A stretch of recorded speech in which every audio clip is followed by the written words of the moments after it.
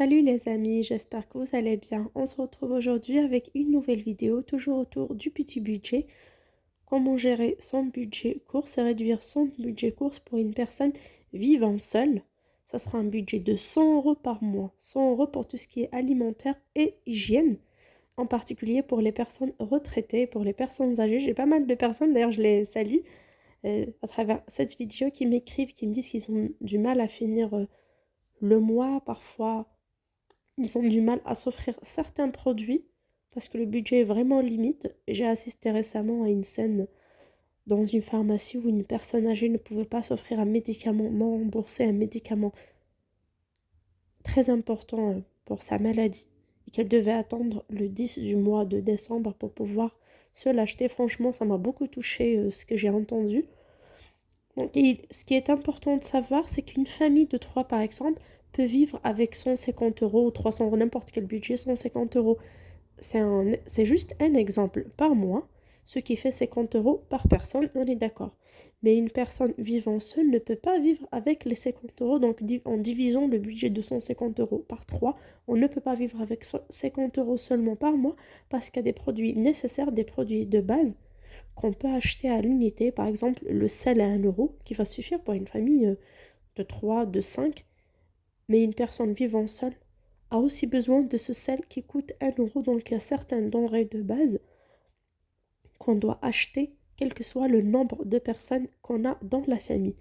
Donc ça sera environ la moitié du budget qui sert à des denrées, à des besoins quotidiens très importants, quel que soit le nombre de personnes vivant dans cette famille.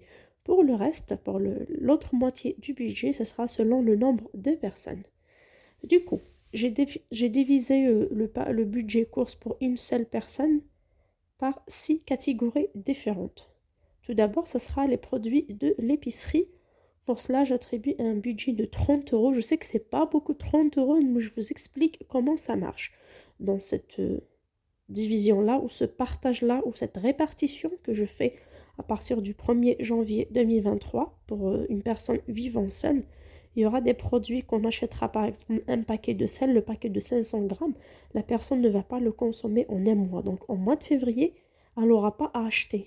Mais elle en a besoin en janvier, donc on commence comme ça. Et en mois de janvier, au lieu de dépenser 100 euros, cette personne-là pourra descendre jusqu'à 80 euros, voire 70 selon sa consommation, parce qu'il y a des personnes qui mangent beaucoup et d'autres pas. Il y a des personnes véganes, il y a d'autres qui mangent de la viande. Donc ça dépend également de l'état de santé de la personne. Donc pour l'épicerie, pour le mois de janvier, ça sera un budget de 30 euros. Donc le lait, il y a une personne qui consomme jusqu'à 2 litres par mois. Il y en a qui consomment 6, 5, ça dépend des personnes. Du café, soit du café en poudre, du café capsule. Moi, j'ai considéré que la plupart des personnes consomment du café en poudre, mais il y en a pas mal qui utilisent la machine à café. Donc les capsules, il vaut mieux aller en déstockage alimentaire ou au marché pour prendre un prix moins cher. Comme on peut l'acheter également dans la grande distribution à Carrefour, il y en a les 10 capsules à 1 euro. J'ai déjà essayé, c'est la première marque de Carrefour, mais c'est un très bon café.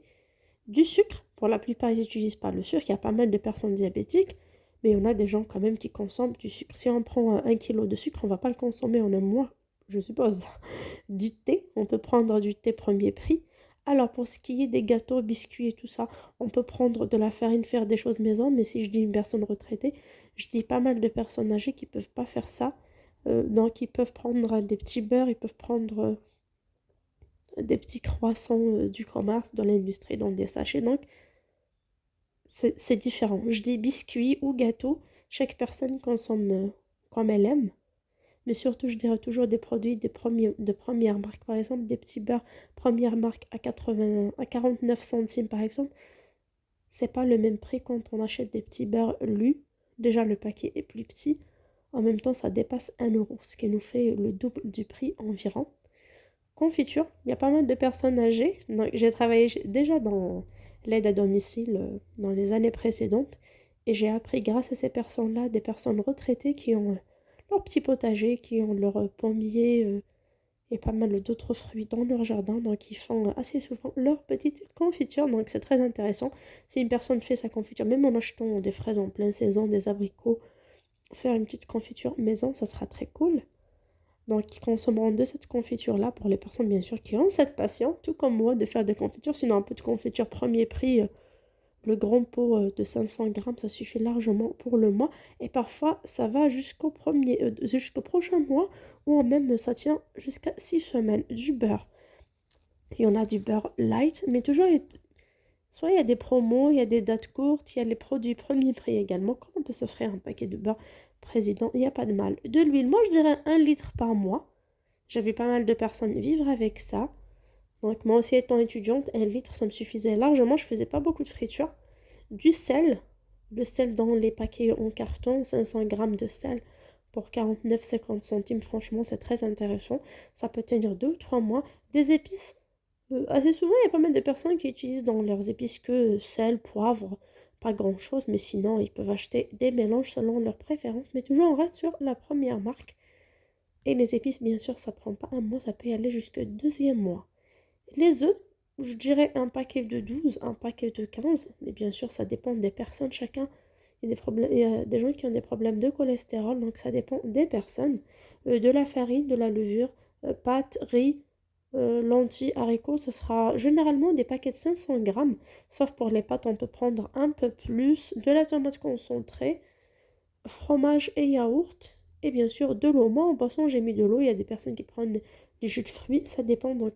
Fromage et yaourt, soit en déstockage, comme vous voyez sur les images que je vous montre, en déstockage alimentaire en date courte, ou tout simplement, ils prennent en grande distribution, ce qui est premier prix. Pour ce qui est des fruits et légumes, j'ai mis un budget de 20 euros. Pour moi qui ai une grande famille, je mets assez souvent un budget de 40 à 50 euros. Mais pour une personne vivant seule, je ne peux pas mettre moins de 20 euros. C'est impossible. 20 euros, donc je dirais 5 euros par semaine du marché. Soit 3 légumes, 3 fruits, 2 légumes, 3 fruits. Ça dépend. Et bien sûr, je dirais bien 500 grammes par exemple de carottes, 500 grammes de poireaux, 500 grammes de fruits ou de légumes. Les fruits, généralement, on consomme plus que les légumes ou vice-versa. Ça dépend des goûts de personnes. Mais bien sûr, il va mieux prendre 500 grammes et quand c'est fini, on retourne au marché que de les voir pourrir et les jeter à la fin. Pour ce qui est des légumes, assez souvent, c'est carottes, pommes de terre, poireaux, oignons, ail, fines herbes. Pour les fruits, pommes, bananes, clémentines, assez souvent des produits de saison. En ce moment, on a le chou, le chou-fleur qui arrivent, qui sont à moins d'1 euro au marché. Vraiment, c'est très intéressant. Du coup, c'est bien de profiter de ce genre des légumes-là. Ils sont riches en fibres, donc très très bons pour la santé. Pour la boulangerie, j'ai mis un budget de 10 euros. Là, il faut préciser, on va pas prendre une baguette de tradition tous les jours ou un pain complet tous les jours. Ça, c'est un peu plus cher, c'est beaucoup plus cher même. On ne peut pas s'offrir ce genre de produit à ce budget-là. Mais si on peut manger, si on prend par exemple une demi-baguette par jour qui est à 50 centimes de la boulangerie pour toute la journée, ou acheter du pain chez Carrefour, Lidl, Auchan qui est vraiment à petit prix. À mon dernier souvenir, c'était à 29,30 centimes. Bien sûr, ça change du jour au lendemain. Du matin au soir, on a les prix qui augmentent, on comprend plus rien, mais bon. Ça reste toujours moins cher que la boulangerie. Comme on peut tout simplement prendre des paniers anti-gaspi qui est très intéressant. Et ça joue aussi sur le budget des gâteaux. Donc si on prend des paniers anti-gaspi pour une personne vivant seule, donc on aura au moins 4 ou 5 variétés de pain. Le panier anti-gaspi coûte 3,99 € généralement chez Too Good To Go ou Phoenix.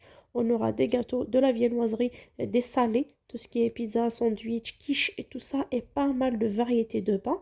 Donc il suffit juste d'avoir un peu de place dans son congélateur.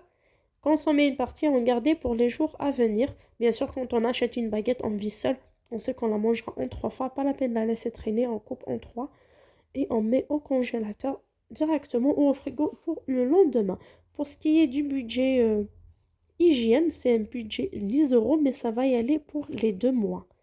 Bien sûr, on ne peut pas acheter pour un mois, ce n'est pas possible. Pour la lessive, il est à moins de 3 euros les 2 litres de lessive premier prix chez Auchan ou chez Carrefour, comme on peut prendre ça au marché. Du liquide vaisselle, je dirais 1 litre. Un litre à 1 euro au marché, 1,20 € jusqu'à 1,50 € au magasin.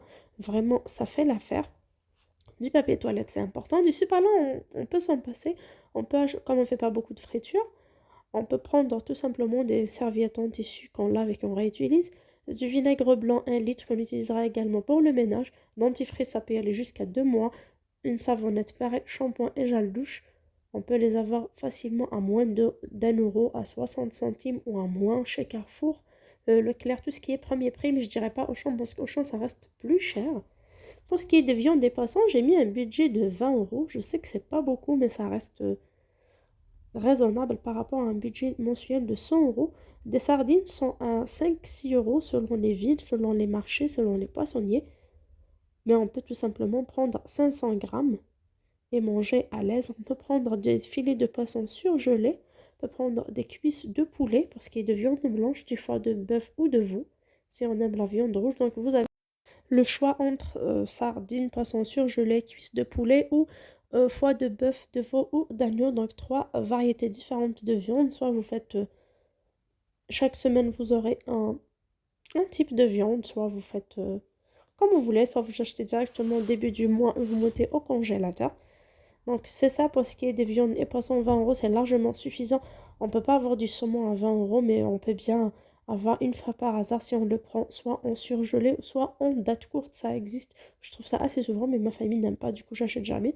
C'est à moins 60% dans les rayons Auchan, Carrefour, si vous allez le matin. C'est pour ce qui est des dates courtes. Pour l'épargne et les urgences, j'ai mis un budget de 10 euros. Donc là, on est arrivé à 90 euros. Donc pour atteindre les 100 euros, j'ai mis un budget de 10 euros. C'est généralement une sécurité pour finir le mois en paix. Je dis toujours ça. C'est bien de finir son mois en paix.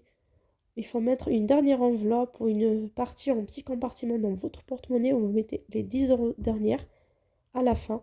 Comme ça, si vous manque quelque chose à la fin du mois, bien sûr, on peut pas rester sans, par exemple, du pain, des œufs, vous n'avez plus de pâtes, vous n'avez plus de fruits à la maison, vous voulez des clémentines ou quelque chose, ça sera bien de piocher dans ces 10 euros. Sinon, si vous arrivez à finir le mois sans, ben ça sera tant mieux et vous les mettrez en épargne pour le mois d'après en cas où. Je récapitule les 30 euros pour tout ce qui est produit d'épicerie, 20 en fruits et légumes, généralement du marché, 10 euros pour la boulangerie. Et le plus avantageux, ce sont les paniers, 10 euros en hygiène, 20 euros viande des poissons et 10 euros pour l'urgence et épargne. 10 euros, c'est pas beaucoup, mais ça reste un beau billet que vous trouverez fin du mois à votre disponibilité en cas de besoin. J'espère que ma répartition ou ma gestion de budget de 100 euros par personne pour personnes vivant seules, étudiants ou retraités, ou peu importe la situation, vous a plu. N'hésitez pas à nous partager, ça sera pas seulement pour moi, mais pour les autres personnes visitant cette chaîne, votre expérience, vos petites astuces afin de nous aider à mieux gérer nos budgets, surtout avec cette période très difficile. Espérons que la situation changera dans le futur, ce qui est vraiment difficile, mais bon, on espère, on garde le sourire, on garde l'espoir. Je suis là pour vous remonter le moral, pas pour le contraire. Je vous dis à très bientôt sur cette chaîne. N'hésitez pas à me mettre un petit pouce bleu si ça vous a plu, à vous abonner à ma chaîne pour ne pas rater mes prochaines vidéos. Ciao!